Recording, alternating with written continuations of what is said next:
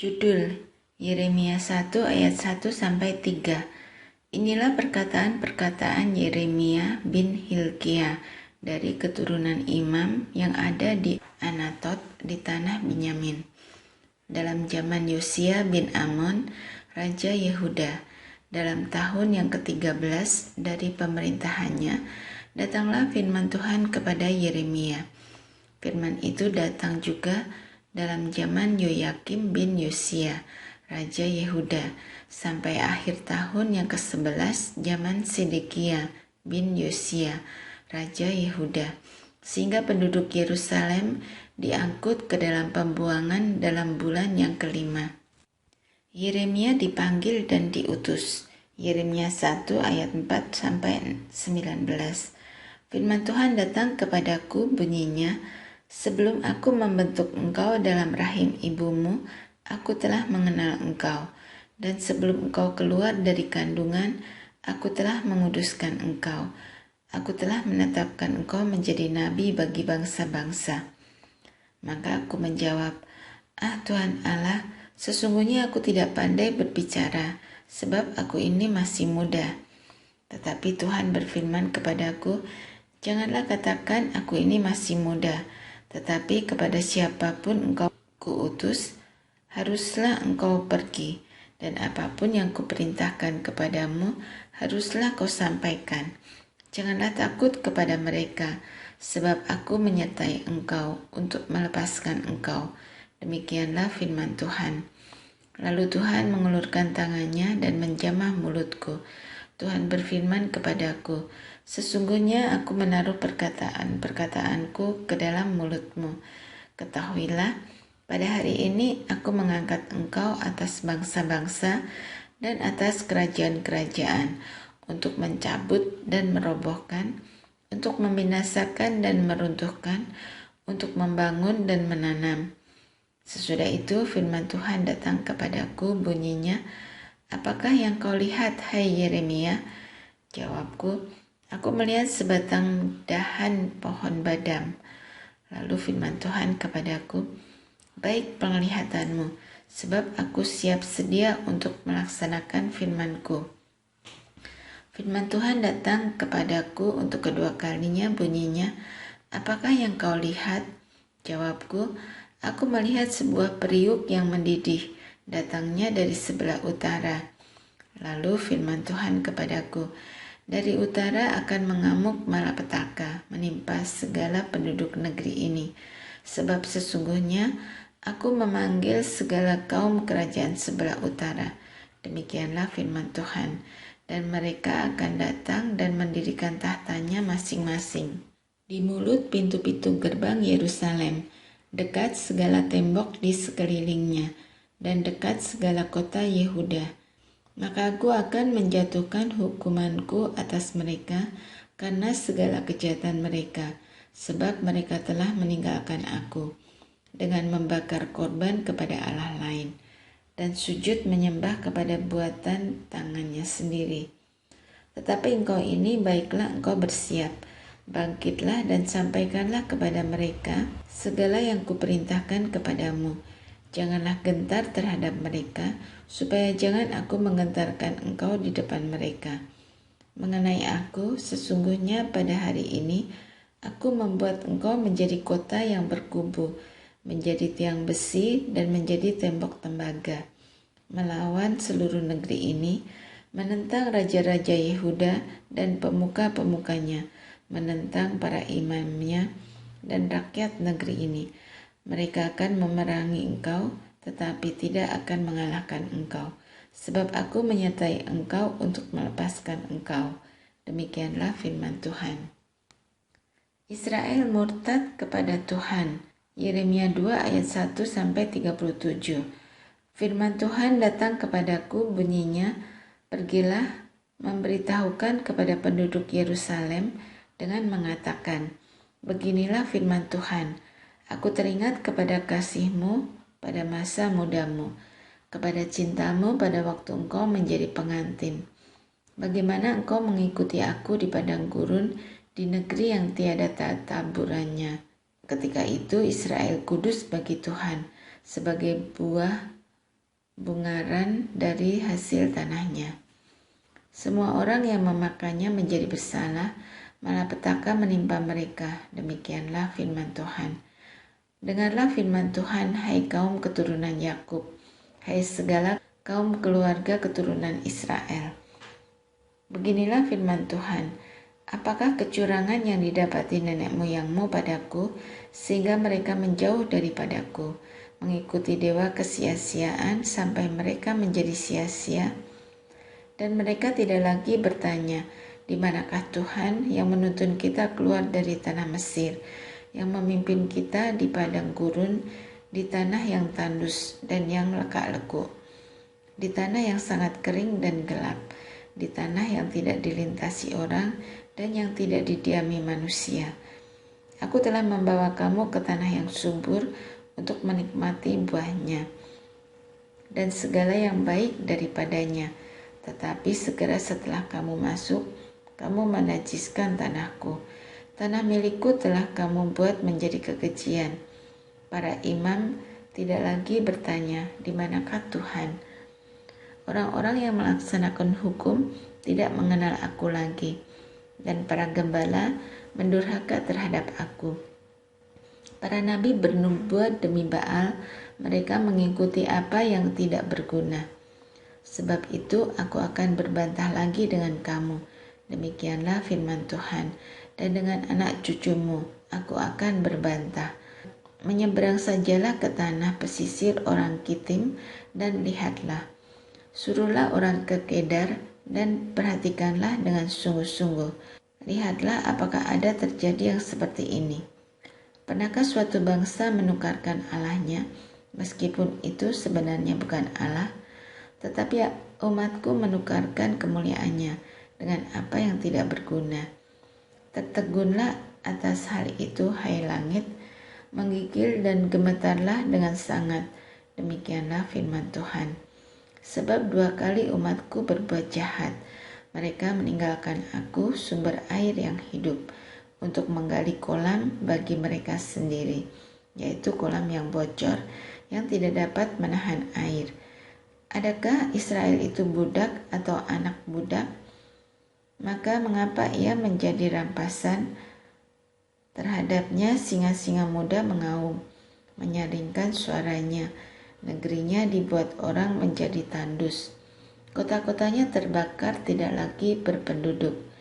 Bahkan orang-orang Memphis dan Tahpanhes telah menggundul batu kepalamu. Bukankah engkau sendiri yang menimpakan ini ke atas dirimu, oleh karena engkau meninggalkan Tuhan Allahmu ketika ia menuntun engkau di jalan? Dan sekarang, apakah untungmu untuk pergi ke Mesir, hendak meminum air sungai Nil? Dan apakah untungmu untuk pergi ke Asyur, hendak meminum air sungai Efrat? Kejahatanmu akan menghajar engkau, dan kemurtadanmu akan menyiksa engkau. Ketahuilah dan lihatlah betapa jahat dan pedihnya engkau meninggalkan Tuhan Allahmu dan tidak gemetar terhadap aku. Demikianlah firman Tuhan Allah semesta alam. Sebab dari dahulu kala engkau telah mematahkan kukmu, telah memutuskan tali pengikatmu dan berkata, aku tidak mau lagi diperbudak. Bahkan di atas setiap bukit yang menjulang dan di bawah setiap pohon yang rimbun, engkau berbaring dan bersundal. Namun aku telah membuat engkau tumbuh sebagai pokok anggur pilihan, sebagai benih yang sungguh murni. Betapa engkau berubah menjadi pohon berbau busuk, pohon anggur liar. Bahkan sekalipun engkau mencuci dirimu dengan air abu dan dengan banyak sabun, namun noda kesalahanmu tetap ada di depan mataku. Demikianlah firman Tuhan Allah. Bagaimanakah engkau berani berkata, aku tidak pernah menajiskan diriku, aku tidak pernah mengikuti para Baal? Lihatlah tingkah langkahmu di dalam lembah. Ketahuilah apa yang telah kau lakukan. Hai unta betina yang ringan kaki, yang berlari-lari kian kemari, yang melepaskan diri lari ke padang gurun, karena ingin menghirup udara. Siapakah yang dapat menahan nafsunya untuk berjantan? Semua yang mencari dia tidak usah berlelah. Mereka akan menemukannya musim berjantan. Jagalah supaya kakimu jangan tak bersepatu, dan supaya kerongkonganmu jangan haus. Tetapi engkau berkata, percuma saja, percuma. Sebab aku cinta kepada orang-orang asing, jadi aku mau mengikuti mereka. Seperti malunya pencuri apabila kedapatan, demikianlah malunya kaum Israel, yakni para rajanya, pemukanya, para imamnya, dan nabinya, yang berkata kepada sepotong kayu, engkaulah Bapakku, dan kepada batu, engkaulah yang melahirkan aku. Sungguh, mereka membelakangi aku, dan tidak menghadapkan mukanya kepadaku. Tetapi pada waktu mereka ditimpa malapetaka, mereka berkata, bangkitlah menyelamatkan kami. Di manakah para allahmu yang kau buat untuk dirimu? Biarlah mereka bangkit, jika mereka dapat menyelamatkan engkau pada waktu malapetakamu. Sebab seperti banyaknya kotamu, demikian banyaknya para allahmu, hai Yehuda. Mengapakah kamu mau berbantah dengan aku? Kamu sekalian telah mendurhaka kepadaku. Demikianlah firman Tuhan. Sia-sia aku telah memukuli anak-anakmu. Hajaran tidaklah mereka terima. Pedangmu sendiri telah memakan habis para nabimu, seperti singa muda yang memusnahkan. Keturunan apakah kamu ini? Perhatikanlah firman Tuhan. Sudahkah aku menjadi padang gurun bagi Israel, atau tanah yang gelap gulita? Maka mengapa umatku berkata, kami sudah bebas, kami tidak lagi mau datang kepadamu? Dapatkah seorang dara melupakan perhiasannya, atau seorang pengantin perempuan melupakan ikat pinggangnya? Tetapi umatku melupakan aku sejak waktu yang tidak terbilang lamanya. Alangkah baiknya engkau mengatur jalanmu untuk mencari percintaan. Sebab itu juga engkau membiasakan segala jalanmu kepada kejahatan. Sampai-sampai pada bajumu terdapat darah orang-orang miskin yang tidak bersalah. Bukan waktu mereka membongkar untuk mencuri kau dapati mereka. Meskipun semuanya itu demikian. Engkau berkata, aku tidak bersalah. Memang murkanya telah meninggalkan aku. Sesungguhnya aku akan membawa engkau ke pengadilan. Oleh karena engkau berkata, aku tidak berdosa. Alangkah ringannya kau pandang untuk mengubah tingkah langkahmu. Juga karena Mesir engkau akan menjadi malu. Seperti engkau telah menjadi malu karena Asyur. Dari sana pun juga engkau akan keluar dengan mengangkat tanganmu. Sebab Tuhan telah menolak mereka yang telah kau percayai, dan engkau tidak akan berhasil dengan mereka. Pertobatan kepada Tuhan. Yeremia 3 ayat 1-5. Firman-Nya, jika seseorang menceraikan istrinya, lalu perempuan itu pergi daripadanya dan menjadi istri orang lain, akan kembalikah laki-laki yang pertama kepada perempuan itu? Bukankah negeri itu sudah tetap cemar? Engkau telah bersinah dengan banyak kekasih dan mau kembali kepadaku, demikianlah firman Tuhan. Layangkanlah matamu ke bukit-bukit gundul dan lihatlah, di manakah engkau tidak pernah ditiduri, di pinggir jalan-jalan engkau duduk menantikan kekasih, seperti seorang Arab di padang gurun. Engkau telah mencemarkan negeri dengan sinahmu dan dengan kejahatanmu. Sebab itu dirus hujan tertahan dan hujan pada akhir musim tidak datang. Tetapi dahimu adalah dahi perempuan sundal. Engkau tidak mengenal malu. Bukankah baru saja engkau memanggil aku Bapakku? Engkaulah kawananku sejak kecil. Untuk selama-lamanyakah ia akan murka atau menaruh dendam untuk seterusnya? Demikianlah katamu. Namun engkau sedapat-dapatnya melakukan kejahatan. Israel dan Yehuda diajak kembali kepada Tuhan. Yeremia 3 ayat 6-13.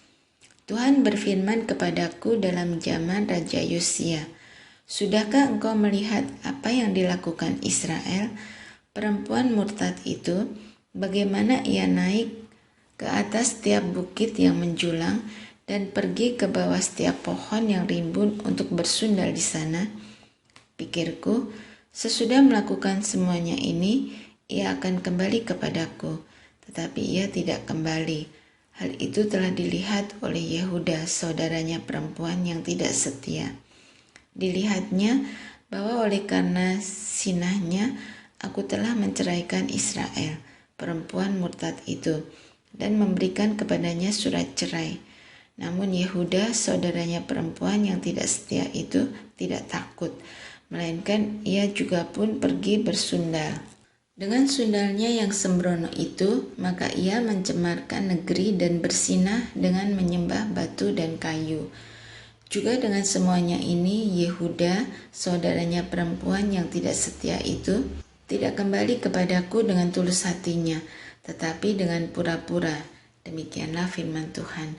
Dan Tuhan berfirman kepadaku, Israel, perempuan murtad itu, membuktikan dirinya lebih benar daripada Yehuda, perempuan yang tidak setia itu. Pergilah menyerukan perkataan-perkataan ini ke utara. Katakanlah, kembalilah hai Israel, perempuan murtad, demikianlah firman Tuhan.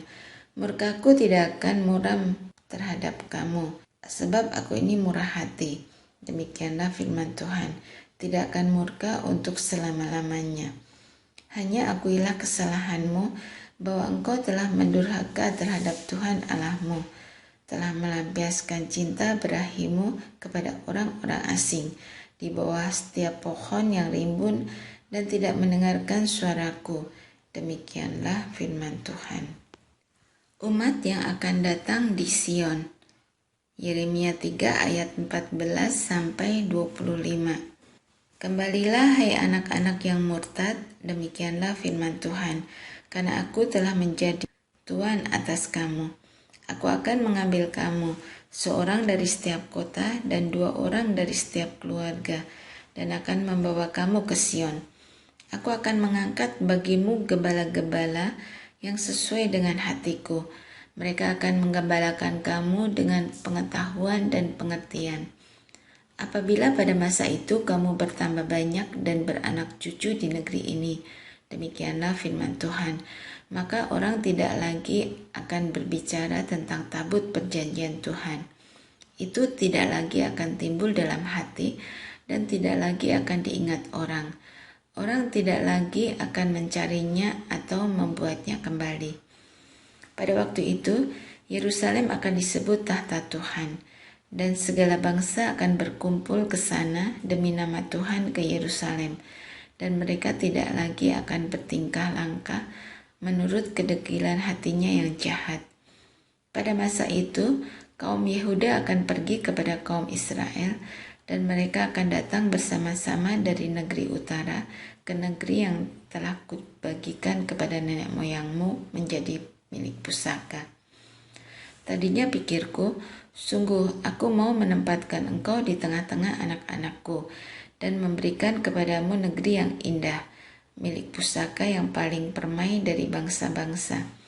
Pikirku, engkau akan memanggil aku Bapakku dan tidak akan berbalik dari mengikut aku.